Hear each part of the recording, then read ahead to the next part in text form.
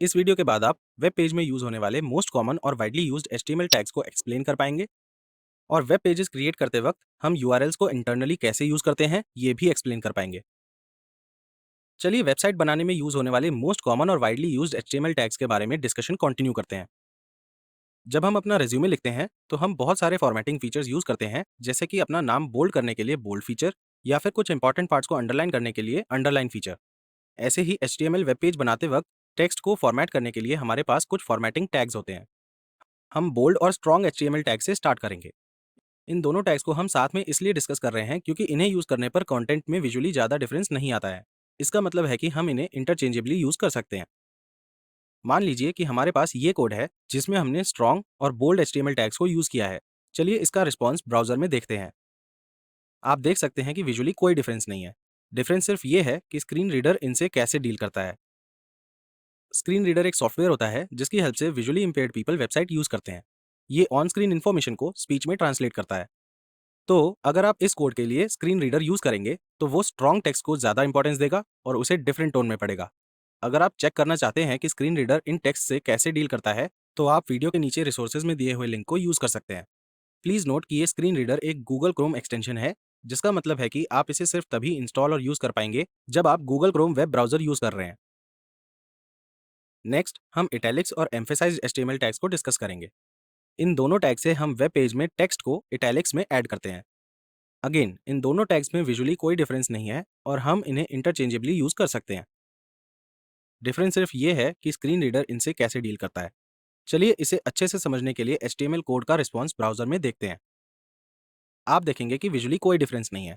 इस केस में अगर हम स्क्रीन रीडर यूज करेंगे तो एम्फेसाइज टेक्स्ट को स्क्रीन रीडर ज्यादा इंपॉर्टेंस देगा। लास्ट फॉर्मेटिंग टैग जो हम डिस्कस करेंगे वो है अंडरलाइंड HTML टैग। ये HTML टैग वेब पेज पे किसी भी कंटेंट को अंडरलाइन करने के लिए यूज होता है। तो अगर हम इस कोड का रिस्पॉन्स देखेंगे तो आप देख सकते हैं कि ये कंटेंट अंडरलाइंड है। अब इस टॉपिक के लास्ट HTML टैग को डिस्कस करते हैं, जो है इमेज HTML टैग। ये HTML टैग काफ़ी इंपॉर्टेंट होता है क्योंकि इससे हम वेब पेज पर इमेज ऐड करते हैं। इसे और अच्छे से समझने के लिए ये कोड देखते हैं जिसमें हमने इमेज टैग यूज़ किया है। इसके साथ आप ये भी देख सकते हैं कि हमने src एट्रीब्यूट यूज़ किया है जिसमें हमने एडिशनल इन्फॉर्मेशन ऐड की है, जो बेसिकली उस इमेज का URL है जो हमें वेब पेज पर ऐड करनी है। src stands for source here और इस एट्रीब्यूट की वैल्यू के लिए हम उस इमेज का URL डबल कोट्स में देंगे जिसे हमें डिस्प्ले करना है। चलिए इस HTML कोड का रिस्पॉन्स वेब पेज पे देखते हैं। देयर यू गो, आप इंटर्नशाला का लोगो देख सकते हैं। अब सपोज करिए कि आपको इमेज की जगह कोई टेक्स्ट शो करना है जिसे क्लिक करने पर इमेज ओपन हो जाए। ये करने के लिए हम एक और एट्रीब्यूट यूज करेंगे विच इज ऑल्ट, जिससे हम इमेज में ऑल्टरनेट टेक्स्ट ऐड करेंगे। अब एक और इंपॉर्टेंट टर्म है जिससे हम फेमिलियर हैं पर हमने अभी तक उसे एक्सप्लेन नहीं किया है और वो है URL। अगर आपको याद हो तो एंकर टैग में हमने URL को href एट्रीब्यूट में यूज किया था और इमेज टैग के केस में भी हमने URL को src एट्रीब्यूट में यूज किया था। तो URL इंटरनेट पे किसी भी रिसोर्स का एक यूनिक एड्रेस होता है और वो रिसोर्स कुछ भी हो सकता है, जैसे वेब पेज या कोई फाइल जैसे इमेज या PDF डॉक्यूमेंट। इसे समझने के लिए वो सेम एग्जांपल लेते हैं जो हमने इमेज टैग में लिया था। यहाँ पर URL के दो पार्ट्स हैं। पहला पार्ट है डोमेन नेम या IP एड्रेस, जो इंटरनेट पर एक स्पेसिफिक कंप्यूटर को इंडिकेट करता है जहाँ पर रिसोर्स प्रेजेंट होता है। इस केस में ये इंटर्नशाला का होस्ट कंप्यूटर है। अगर आपको याद हो तो हमने ये लास्ट टॉपिक में डिस्कस किया था। और सेकंड पार्ट है उस रिसोर्स का पाथ जो उस कंप्यूटर के अंदर होगा। पाथ हमेशा उस फोल्डर के रिस्पेक्ट में होगा जिसे वेब सर्वर एक्सेस कर सके, जो है c:\xampp/htdocs/। आपको याद होगा कि ये हमने पिछले टॉपिक में डिस्कस किया था कि c:\xampp/htdocs होस्ट कंप्यूटर की डिफॉल्ट लोकेशन होती है। तो ये URL इंडिकेट कर रहा है कि इंटर्नशाला के होस्ट कंप्यूटर पर c:\zamp/htdocs फोल्डर के अंदर स्टैटिक नाम का फोल्डर होना चाहिए, जिसमें इमेजेस नाम का एक और फोल्डर है, जिसमें कॉमन नाम का फोल्डर है, जिसमें फाइनली new_internashala_logo.svg नाम की इमेज है। तो इमेज का ओवरऑल पाथ c:\zamp/static/static/images/static/new_internashala_logo.svg है। अब इन दोनों पार्ट से पहले HTTP या HTTPS आता है। इस कंप्लीट URL को एब्सोल्यूट URL भी कहते हैं और एब्सोल्यूट URL को यूज करके हम इंटरनेट पर कोई भी रिसोर्स एक्सेस कर सकते हैं। अब आपको क्लाइंट सर्वर कम्युनिकेशन चैनल के बारे में ऑलरेडी पता है, तो जब हमारी HTML फाइल में ऐसे टैग्स होते हैं तब कम्युनिकेशन कैसे होता है? सपोज करिए ये कोड HTML फाइल में एज home.html सेव्ड है। अब पहले ब्राउजर home.html फाइल के लिए HTTP रिक्वेस्ट इनिशिएट करेगा। फिर वेब सर्वर अपने कंप्यूटर पर इस फाइल को c:\XAMPP/htdocs/ में ढूंढेगा और उसे ब्राउजर को एज अ रिस्पॉन्स वापस भेज देगा। आप नोट करिए कि अभी तक वेब सर्वर ने HTML फाइल को ओपन नहीं किया है और उसे ये भी नहीं पता कि कौन सी इमेज फेच करनी है। ये तब होता है जब ब्राउजर को रिस्पॉन्स मिलता है और जब वो HTML फाइल की विजुअल फॉर्मेट में रेंडरिंग स्टार्ट करता है, तब उसे इमेज टैग दिखता है और फिर वो इमेज फेच करने के लिए एक और HTTP रिक्वेस्ट भेजता है, जैसे इस केस में इंटर्नशाला के सर्वर को। और जब ये इमेज फेच हो जाती है तब वो स्क्रीन पर डिस्प्ले हो जाती है। अब सपोज करिए कि इंटर्नशाला के लोगों की जगह आपको वेब पेज पर कोई कस्टम रिसोर्स यूज करना है, let's say this sample.png file.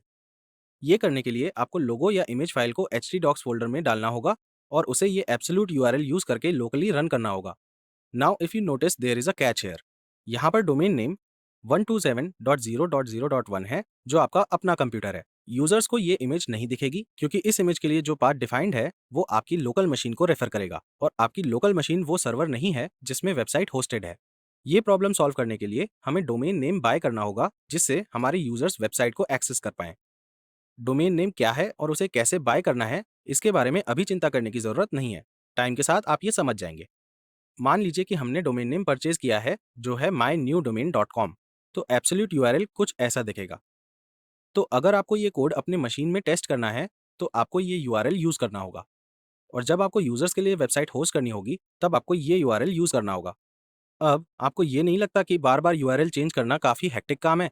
हाँ, बट हमारे पास एक और रास्ता है। चलिए इसे इमेज टैग HTML कोड से सिंप्लीफाई करते हैं जिसे हम पूरी वीडियो में यूज़ कर रहे हैं। तो जब हम अपने सिस्टम्स पर लोकली काम कर रहे होते हैं तब हम URL में डोमेन नेम ऐड नहीं करते हैं। इंस्टेड हम सिर्फ इमेज का नाम ऐड करते हैं preceded by a forward slash. अब लेट्स से कि हम ये कोड अपने लोकल सिस्टम पर रन कर रहे हैं तो हम 127.0.0.1 डोमेन नेम यूज़ करेंगे, राइट? अब ब्राउज़र जब line by line HTML code को रेंडर करता है और जब वो src इक्वल टू $/sample/png के अक्रॉस आता है तो वो ऑटोमेटिकली डोमेन नेम को प्रिपेंड या ऐड कर देता है। जैसे इस केस में 127.0.0.1 को इमेज सोर्स के आगे प्लेस कर देगा और इमेज रेंडर और डिस्प्ले हो जाएगी। अब लेट्स से कि ये कोड हमने सर्वर पर डाला है। इस केस में जो डोमेन नेम हम यूज़ करेंगे वो newdomain.com होगा।